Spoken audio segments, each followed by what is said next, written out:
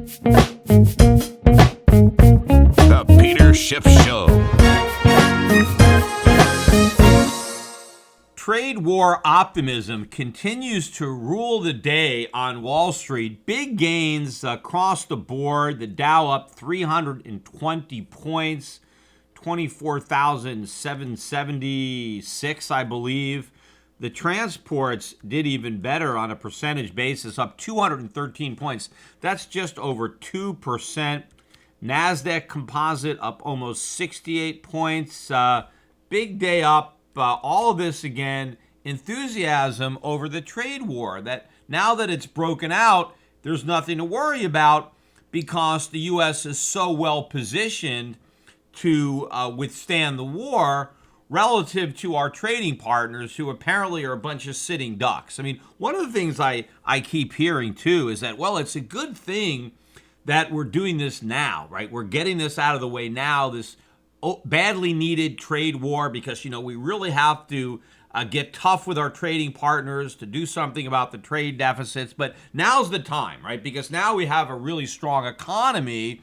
And so now's the time to do it. Like, we couldn't have done it when Obama was president because the economy was just not strong enough. But now that we've got this great economy, now we can get our house in order because, we can withstand it, which, of course, is utter nonsense because we don't have a great economy. We have the same economy we had under Obama. I mean, GDP growth last year was, 2.3%? There's nothing special about that. The first quarter was 2.0, nothing to write home about. Yes, everybody is excited about this quarter, or Q2, the quarter that just ended. Maybe it's going to come out in the threes, right? There was some hope that it might be in the fours, but I think more realistically, maybe in the threes, but maybe not, maybe in the twos, we'll see. But it's one quarter. One quarter does not a year make. We had plenty of quarters when Obama was president that we had growth of 3 or 4, even 5% for a quarter, but it didn't translate into 3% for the entire year. And I don't think we're going to have 3% GDP growth for this year. So the economy is no stronger than it was under Obama. Therefore, it's no better positioned for the trade war. I mean, if you want to talk about the labor market, last year, 2017, was the weakest year for job growth since 2011. So we don't know what 2018 is going to bring. So far it's off to an okay start. Nothing great. Yes, the unemployment rate has continued to trend down as it did for almost the entirety of the Obama terms, but that's all for the wrong reasons. I already went over that on the last podcast. That is because the trend of people leaving the labor force and being discouraged because they haven't found the job in a year and having more and more people drop off of the official or even unofficial unemployment numbers. So the lower unemployment rate doesn't indicate an improvement. And of course, the people who are not employed don't have any skills, and so they're not likely to become employed. At least they don't have enough skills that makes them as valuable as the current minimum wage, which is still pretty low on the total pool of jobs.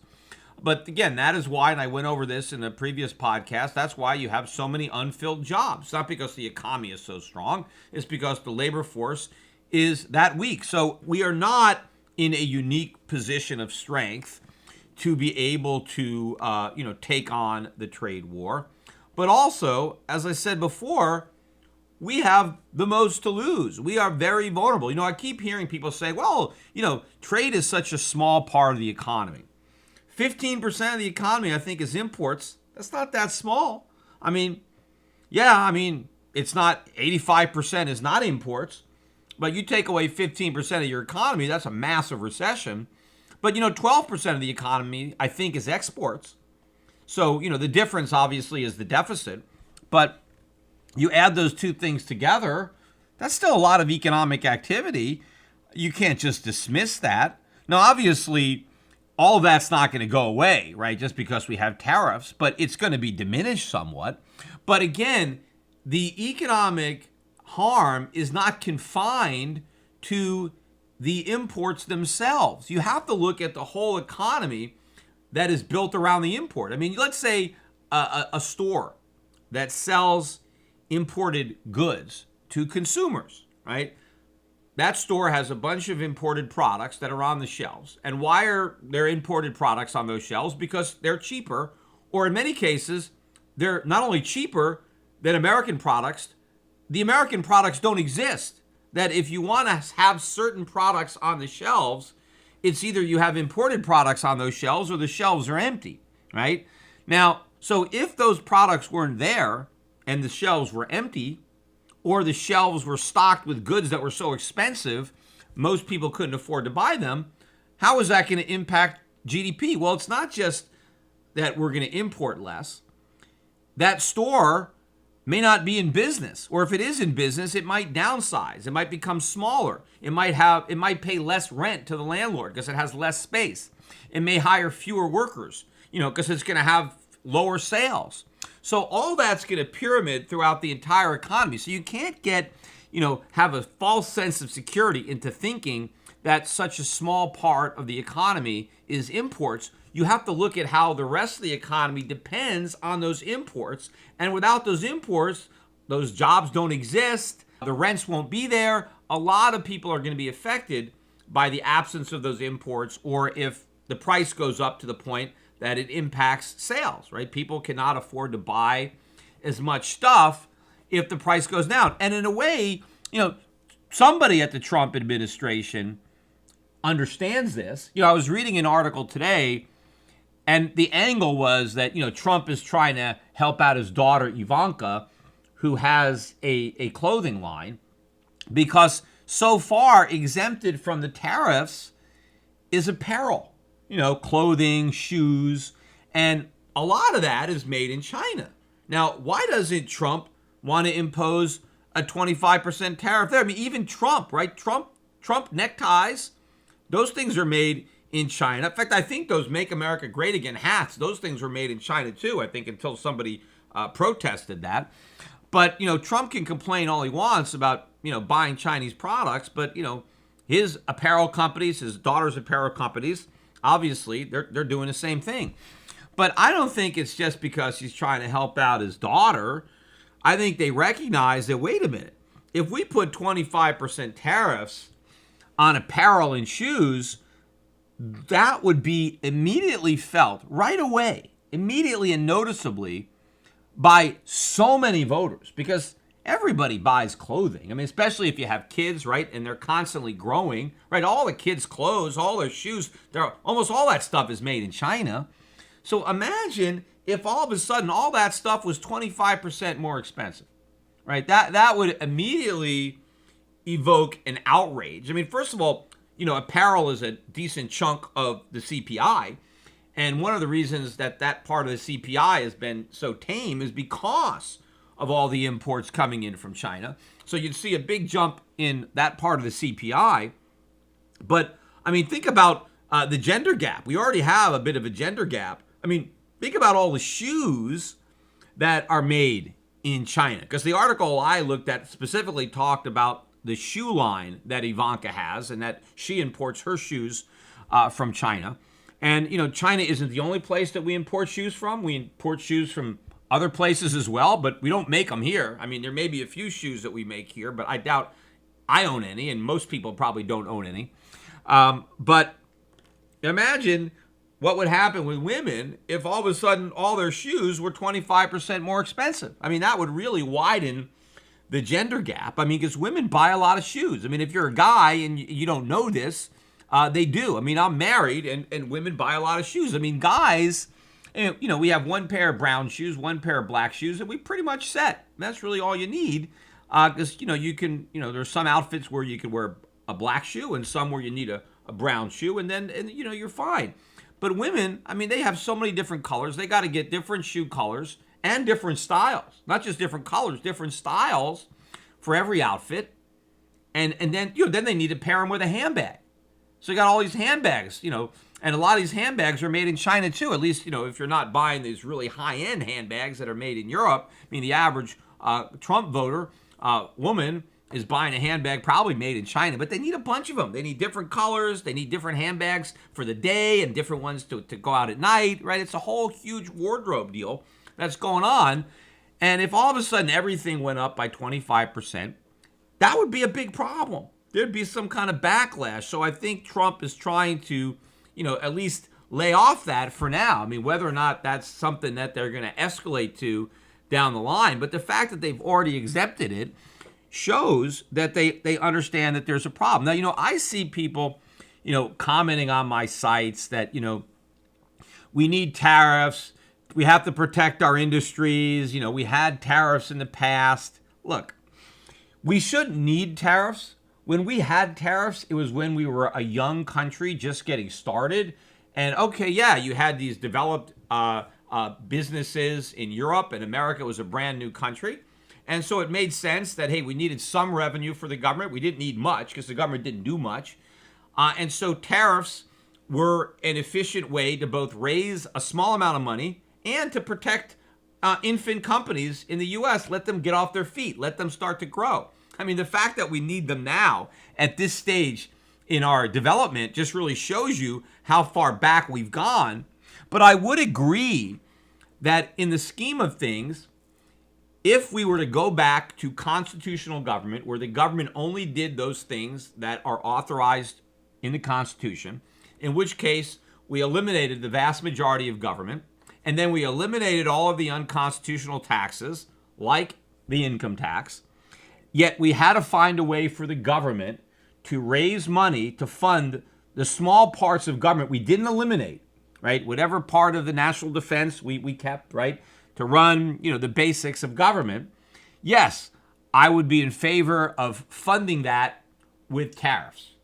Now, that would kill two birds in one stone, potentially across the board tariffs for raising revenue to give our industries a chance to come back from the dead, because they're basically dead. But to say that adding tariffs now on top of the income tax that we already have is not going to be effective, and we are not getting to the root cause of the problem. The trade deficits are not the problem. They are the consequence of the problem, right? So just claiming that we have deficits because our politicians were idiots and they negotiated bad deals, because people say, Peter, don't you think we should do something about these trade deficits? Yes, but these tariffs are not going to do anything about it unless we get to the root cause of the problem. See, when America had tariffs, when we were just starting out as a nation, we had minimal government. Apart from those tariffs, we had very few regulations and very low taxes. And so our companies were able to succeed because of that low government environment that enabled them to succeed. But if you just try to have tariffs, but you don't do anything about changing the character of the country, if you don't do anything about addressing the lack of productivity, why is it that we have to import all these products? Why don't we just make them ourselves? Well, we don't have the savings. We don't have the capital investment. Why don't we do that? Well, because the Fed has been keeping interest rates artificially low. The tax code encourages debt. We have lots of people going into debt. They're not saving. They're just, buying things on their credit cards because of subsidies that the banks get, and the banks get subsidies to make student loans. They get subsidies to make home mortgages. So people are just being subsidized to go into debt. So the government is encouraging all the wrong things. They are punishing all the right things. If you have interest that you earn, you pay taxes on it. You go out and get a job, you pay taxes on what you earn. But if you don't work, then they'll give you welfare or various other government programs. So we have all the wrong incentives. And as I mentioned in my last podcast, our labor force is all screwed up. Our people lack the necessary skills to manufacture stuff ourselves. I mean, we have all of our kids just have fancy degrees, but they don't know how to operate any machines. They don't have any skills. They don't understand. They don't have the craftsmanship that's necessary to do this stuff. And they'd rather not. I mean, they'd rather just, collect an unemployment check or disability or welfare check than actually do some tedious work, working on an assembly line. I mean, it's not work that you want to do if the government gives you an alternative. So unless we are going to address the lack of competitiveness in the U.S. economy by deregulation and shrinking government so we can lower taxes, unless we are going to completely upend the educational bureaucracy so that we don't keep kids in school, K through 12, We let kids finish after elementary school or junior high school if they don't have the aptitude for academics. Let people go into trade schools. Let people go and work and get rid of all the occupational licensing and the minimum wage and all the whatever laws are preventing younger people from acquiring skills on the job or getting into a trade school. We're wasting all this money, and if we don't, stop forcing everybody into college and manufacturing all these liberal arts degrees, unless we get to the change all that, the protectionist tariffs aren't going to do anything because there's nothing to protect, right? That the industries are not going to thrive just because you have tariffs. So it's just like, putting a Band-Aid on a skin cancer and thinking that you solved the problem because you've kind of obscured the blemish from sight. Whatever is causing that skin cancer, if you don't treat that, then you're still gonna die of that skin cancer. What we need to do is we need to treat the cancer that is causing the trade deficits, not just try to make the trade deficits vanish by trying to impose tariffs. Another misguided tweet that came out today from the president had to do with drugs. Let me read this tweet that the president got. It got 66,000 likes, right? 18,000 retweets and 13,000 replies, one of which was mine. So I'm in that 13,000. But this is what Donald Trump tweeted out earlier today. Pfizer and others should be ashamed that they have raised drug prices for no reason. Like they're just doing it for no reason. They are merely taking advantage of the poor and others unable to defend themselves, while at the same time giving bargain basement prices to other countries in Europe and elsewhere. We will respond. So here is the president threatening businesses for raising prices, for making a profit. I mean, this is something that if Obama was calling out big business like this, right, the Republicans would be all over him. Or if Hillary Clinton was saying this, you don't understand capitalism. This is an assault on capitalism. This is an assault on private enterprise. But Trump says it, and it's no big deal. I mean, just like in fact, I meant to mention this when it comes to trade. But could you imagine if Hillary Clinton had launched these tariffs the same way that Donald Trump did? Can you imagine that? The backlash by the Republicans? This is terrible. The president doesn't understand capitalism, doesn't understand free trade. This is going to backfire. This is going to make us lower our standard of living. This is going to raise prices, right? The Republicans would be all over Hillary Clinton if she was doing this. They would have been all over Barack Obama if he did this, because Republicans have generally been known to be more in favor of free trade. It's the Democrats who wanted some protectionism because they wanted to protect workers. They thought, well, free trade is lowering wages. It's hurting the blue-collar worker. So you generally associate the Democrats with the protectionism, and the Republicans wanted to be free traders. Now, of course, since Trump is advocating protectionism, the Republicans don't want to attack him because they're blindly loyal to the party. So basically, whatever Trump wants to do, they're all going to line up and back him. So now he's bashing Pfizer and other private companies for gouging the consumer, just raising prices for no reason. This is all misplaced. Look, I agree that drug prices are too high, right? They should be a lot lower. But it's not because Pfizer is just raising prices for no reason. Believe me, they have plenty of reasons for raising their prices. And one of the reasons is the FDA, which is something that President Trump is in a position to do something about. He's the president. That's a federal agency. Do something about the FDA. I know that Trump did do something. They passed some kind of bill which enables people who are terminal, right? If you're going to die, you can try out some experimental medicine. You have the right to choose an experimental medicine if you're terminal, right? Because before Trump signed this, if you were terminal, the government said, look, you can't use that medicine because we don't know if it's safe. Well, who cares if it's safe? I'm going to die anyway, right? That never made any sense, to deny a terminal patient medicine that might save his life, but it might not. So let's wait till we get all the results. Who cares? I'm gonna be dead before they get the results. So let me take a shot, right? My doctor says he thinks it's promising. Why can't I try it? So I applaud the president for that move. But why not go further? Why not get rid of all that red tape? It takes about 10 years and $2.6 billion. I just read this off a website. That is the average cost for a drug company to develop a drug and get it to market. 10 years and $2.6 billion. That is ridiculous. Now, the drug companies have to recoup those costs when they finally get a drug to market. But it's not just those costs, because those are the drugs that make it. There's a lot of times where they start on a drug and they spend a lot of money on it and it doesn't make it, right? It fails. Probably most of the drugs that drug companies invest money in, somewhere along that 10-year process, they fail some of these studies and they get nothing. So the drugs that get approved, not only does the drug company have to recoup the cost of getting that drug approved, but in there, it's got to get the money for all the drugs that went nowhere, that they invested money and they got nothing.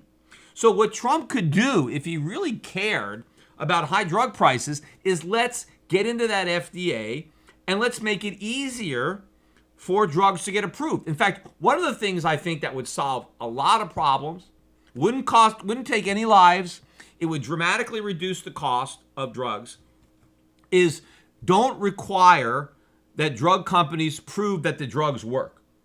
Just let them prove that they're safe. See, the government requires you to do two things.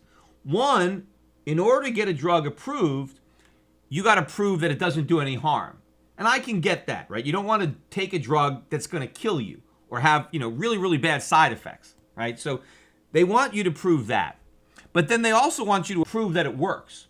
And that's a lot harder. That takes a lot more money. Efficacy is harder to prove than the fact that it doesn't do any harm.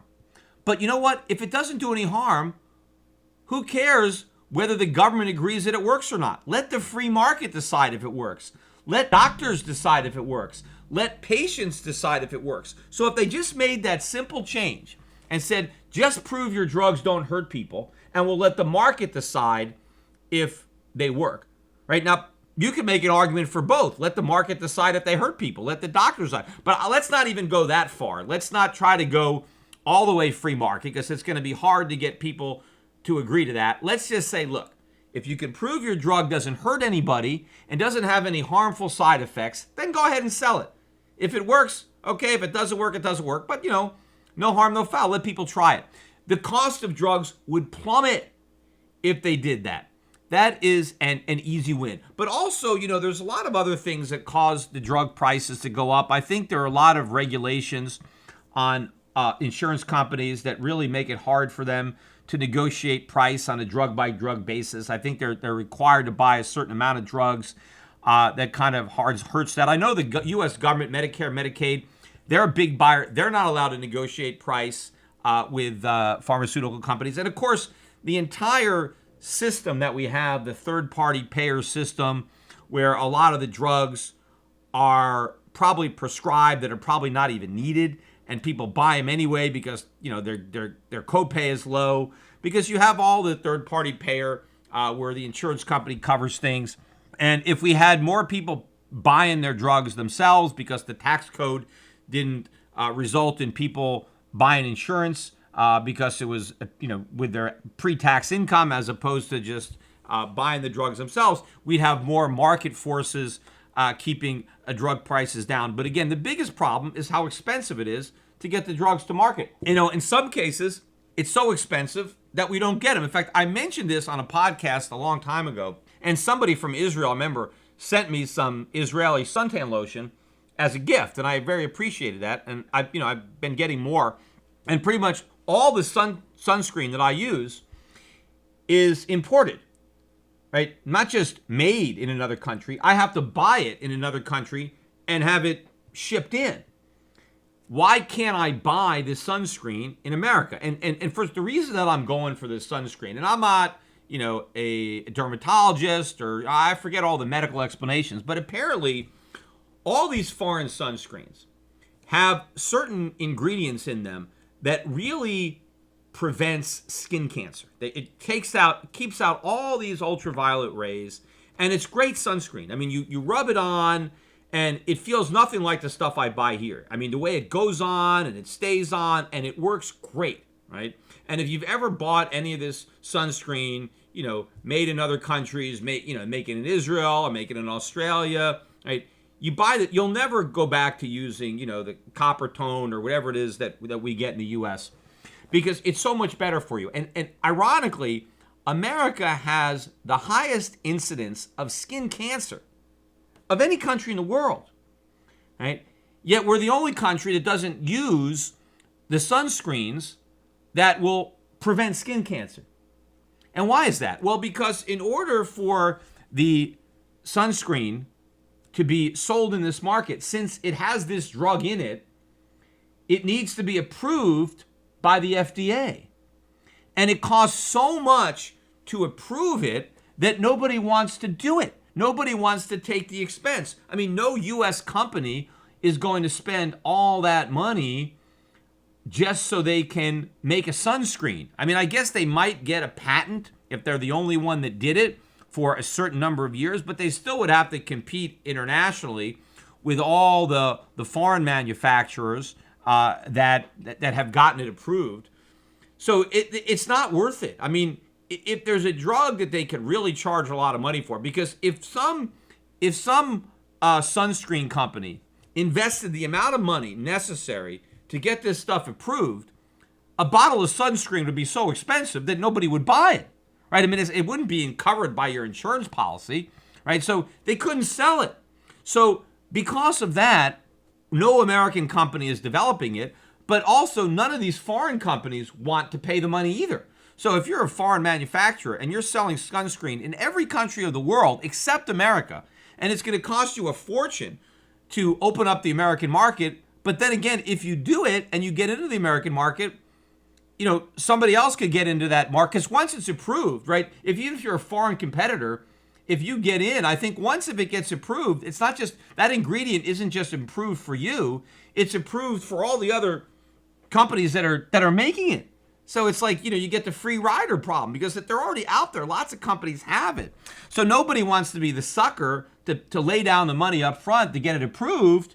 You'd rather just, ride on the coattails of whoever is dumb enough to spend the money. So nobody is dumb enough to spend the money because everybody wants to wait for somebody else to do it, and so nobody does. So meanwhile, Americans can't get this sunscreen unless they do what I do, unless they find out about it and they have it shipped in from another country, and we continue to have the highest incidence of skin cancer in the world. So now we have to spend money treating skin cancer, which is a lot more expensive than just having some sunscreen that prevents it.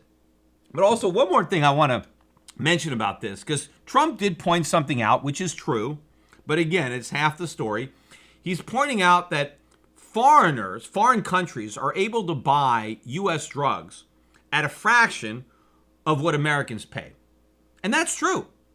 And he's like, we're going to stop that. We're going to, foreign countries are taking advantage of us. I mean, they're not. I mean, they are getting a benefit of our system, but the mechanics of it are very complicated, and the president doesn't really lay that out. But this is what happens. So the U.S. companies, when they finally get a drug approved in the U.S. market, they have billions of dollars of capital already invested that they need to recoup, right? And of course, I had somebody put a post on my Facebook page, these drug companies are greedy, right? Well, I mean, if you mean, do they want to profit on their investment? Yes, right. If a drug company is going to invest money to try to solve a problem, to try to create a medicine that is going to make our lives better, they expect to get paid for it. The investors who are putting money up to fund the research and development to make our lives better are doing it for a profit, just like everybody else is doing something for a profit.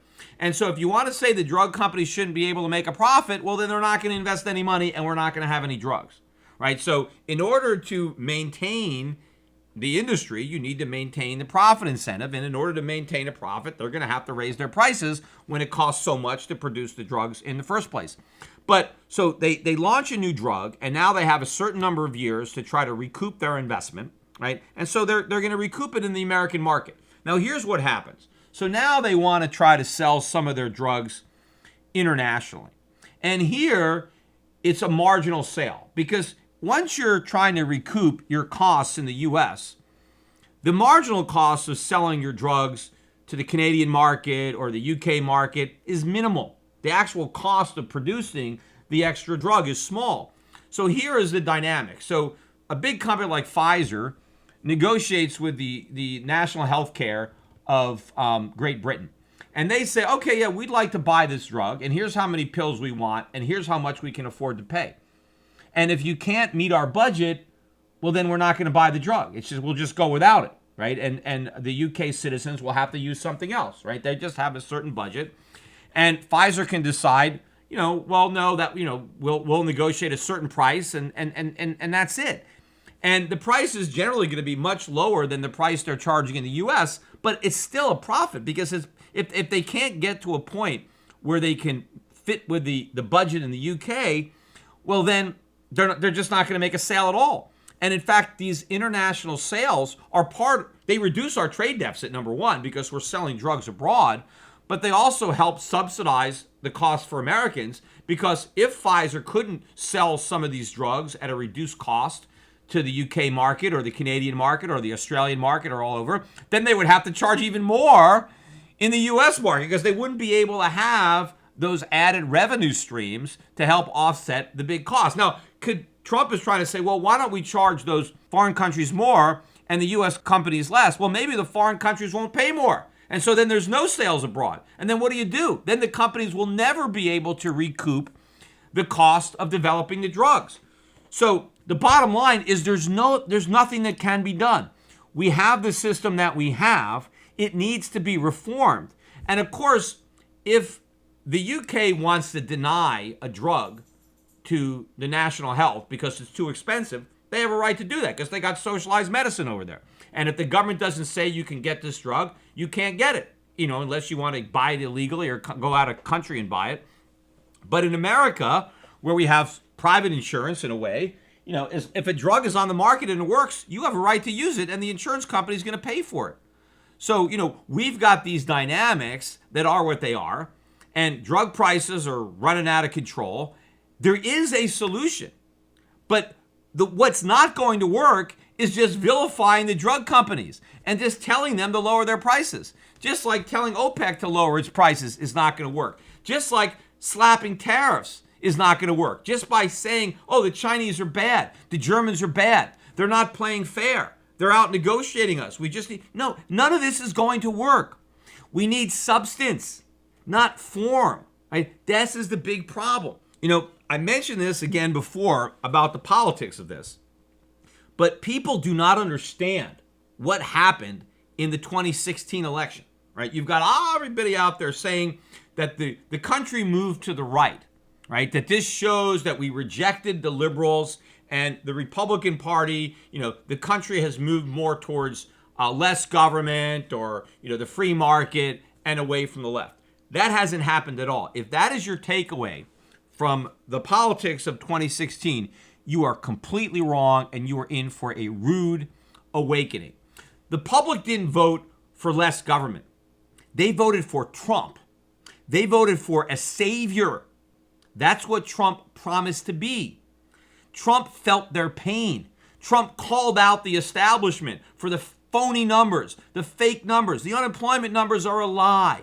The government is lying to you. The media is lying to you. The economy is a disaster. The recovery is not real. That's what Trump said as a candidate. And he was right. And it resonated with people. Vote for me. I will clean house. I will drain the swamp. I will kick out these career politicians. I am a businessman, and I'm going to kick some ass. Just like I did on Main Street, I'm going to go kick ass up and down Pennsylvania Avenue. I am a game changer. I'm going to be a cog in the machine. I'm there to represent the people. I'm going to do what's right for the country. I'm going to put country over politics. People voted for that, right? Trump didn't promise to cut any government spending. He promised not to cut anything, right? I'm just going to make things better. I'm going to renegotiate the trade deals. I'm going to build a wall because the immigrants are stealing your jobs, right? I'm going to stop all that from happening. Even though that wasn't true, the immigrants weren't stealing our jobs. It sounds good for people who don't have a good job and they want to blame it on the immigrants. They're looking for a scapegoat. And Donald Trump says, yes, that's why you don't have jobs. I'm going to stop it. I'm going to build a wall. So he appealed to that, right? But the problem is it didn't work. It's not going to work.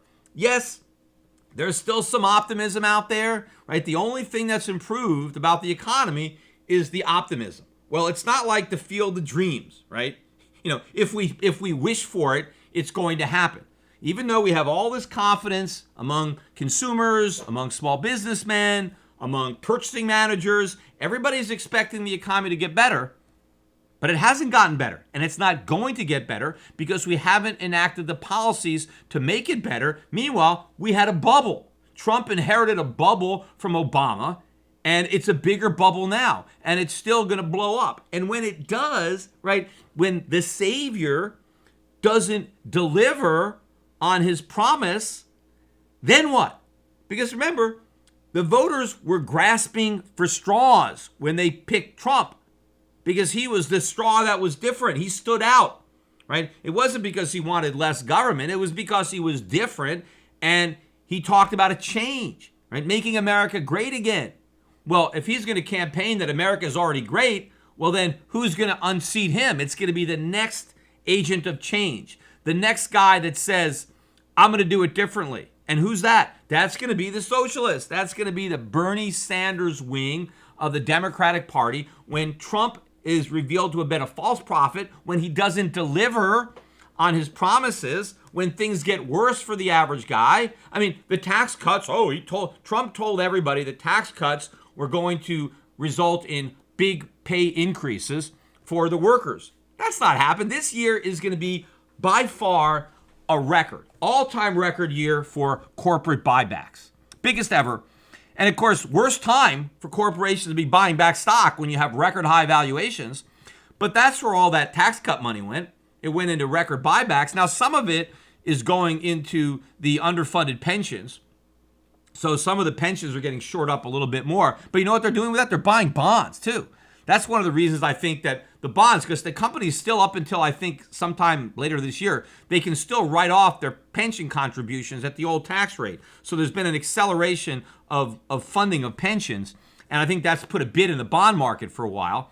So we got that going. But when the voters go to the polls and they realize that they don't have a big pay hike, but what did go up is their gas bill, right? Their utility bill, their medical bill, and who knows, what's going to happen as a result of the tariffs and the trade war. And again, this is a perfect excuse for the Federal Reserve. I mean, this is like a gift from heaven, because now when the Federal Reserve has to cut interest rates, when the Federal Reserve has to do QE4, they can just blame it all on the tariffs, on the trade war. They can say everything was great. We were going to normalize interest rates. We were going to shrink our balance sheet. But Trump went and started a trade war, and it unexpectedly sent us into recession. And so now we've got to cut rates again and do QE4. They were going to do that anyway, whether or not we had the trade war, whether or not we had any of these tariffs. But now this gives them a perfect excuse to blame something on which they had no control. See, they can save face by pretending everything was great, and they would have been able to raise rates. They would have been able to shrink their balance sheet, but for these tariffs, which put us into an unexpected recession. And so now they have to do this again. So now they never actually have to admit that their policy was a failure, because they can say that the trade war was the failure. And now they're doing again what worked before, but it never worked. And it would have collapsed even without the trade war. But Trump has simply teed this up, and now they can hit it out of the park. And the same thing for the Democrats is like, hey, everything was great.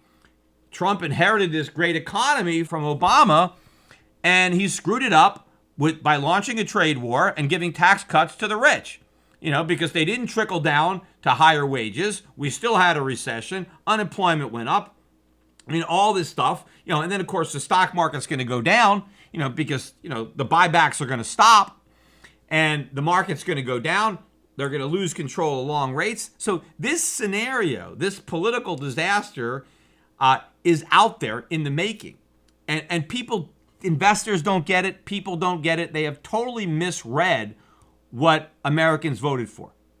They didn't vote for less government. They didn't vote for the Republicans. They voted for something different. They voted for hope. They voted for change. They voted for Trump the man because he called out all the bullshit. Now he's part of it. Now he's part of the establishment. He's part of those phony numbers, right? And so now somebody else is going to come up with some bigger bullshit on socialism, and the public's going to buy into it, right? The people who are, not even in the labor force, the people who are not even counted as unemployed because they've been discouraged for so long, they're going to vote for anybody who's promising them something for nothing, right? That's what they're going to do. And a lot of the people who, voted for Trump, who were, maybe Reagan Democrats who crossed over, they're going to cross back. They're not going to care that the Democrats are socialist. It's not going to matter because whatever the Republicans tried didn't work, right? So now let's just try something else. It's going to be, hey, what do you got to lose? Things are so bad. I mean, Trump actually, that was, I think, what he said even to minorities. Hey, look, you've done so badly under the Democrats, just vote Republican. What do you got to lose, right? I mean, he was right. But, the socialists can make the same argument. Just putting in those, hey, we've never actually tried pure socialism. We've tried socialism light, so let's just go all in, right? What do you got to lose? And as far as most people are concerned, nothing. Because it's not what they've got to lose. They're going to take it for somebody else. They're getting stuff for free. Also, you've got a lot of older people who are working. I read this article that the number of 85-year-olds that are still working is an all-time record high, right? And, this is part of the flaw in the government telling us that the labor force participation rate is falling because the baby boom is retiring. If you've got a record number of 85-year-old people still working, they ain't retiring. Now, I know people could say, well, we have a lot more people that are living older now, living longer, so it would make sense that we would have more people who are 85 and still working. I don't buy that. I mean, if you want to talk about more people who are working at 70 or 75, they delayed retirement for a little bit. But 85, I mean, once you hit 85, I mean, you can't be saving for your old age. I mean, you're there. I mean, if you're not going to retire at 85, I mean, you're pretty much working every day till you drop dead, because when you're 85 and you go to work every day, I mean, you may die on the job. I mean, I'm not sure what the life expectancy is when you're already 85, but it's not that long, especially if you're still working. I mean, that might, depending on the type of work that you do. So if somebody is 85 years old and they're working, it's not by choice. It's by necessity, right? Somebody who's 85 is working because they have to. Because if they don't work, they don't eat, they can't pay the rent. There is a reason. I mean, even if you like what you're doing, I mean, 85, and I'm sure most of these people who are working at 85, they're not doing the type of professions that you would think, okay, yes, they really enjoy their work. They're probably doing things that they would much rather not do. They would rather be with their grandkids or their great-grandkids. They would rather be relaxing, playing shuffleboard, or whatever you do when you're 85 years old. They don't want to be punching a clock. They don't want to be greeting people at Walmart or working as crossing guards, waking up early to help the elementary school kids cross the street. They're not doing that because they're enjoying the work, and because they're young, they're still vibrant. They're doing that because they're broke, right? Because they didn't save, and they put their faith in a government Ponzi scheme that wasn't able to deliver, and they don't have any kids who can afford to support them because their kids are broke. Either they don't have jobs, or whatever they earn is not enough because they pay it all in taxes, and the whole economy has imploded thanks to the government. And now you have people who are working until they die. I mean, the government has destroyed retirement. A lot of people don't realize that yet. There are a lot of people today who still think they're going to retire. That's not going to happen. Right? Retirement's going to go the way of the single-family household. At one time it was the norm for there to be one paycheck. If there was a married couple, the woman didn't have to work. The husband had it covered. He could support his wife and 4 or 5 kids, no problem. Now, that is the minority. The vast majority of families consist of two people, husband and wife, or maybe now a husband and husband, wife and wife. But regardless, they both work. There's nobody staying at home unless you're talking about very, very wealthy families, by and large. The norm for America is that both parents work. And maybe there's only one kid or two kids. That'd be a big family, two kids. But same thing's going to happen with retirement. The norm is not going to be retiring and stopping working. That's going to be the exception. The rule is going to be you work every day until you drop dead. And that is a sign of a collapsing standard of living. And this is what the government did. Because before we had Social Security, right, retirement was a lot more attainable for people. But once the government socialized retirement savings, they were able to squander all the money by turning retirement into a gigantic intergenerational Ponzi scheme. And we've now come to the point where we have, run out of new people to come into the scheme. And so the whole thing is falling apart. And you can already see that. But imagine what is going to happen over the next 5 or 10 years or 15 years when the government has a choice of either reneging outright on its commitments to make payments or having to print massive amounts of money so that massive inflation wipes out the value whatever payments are actually made.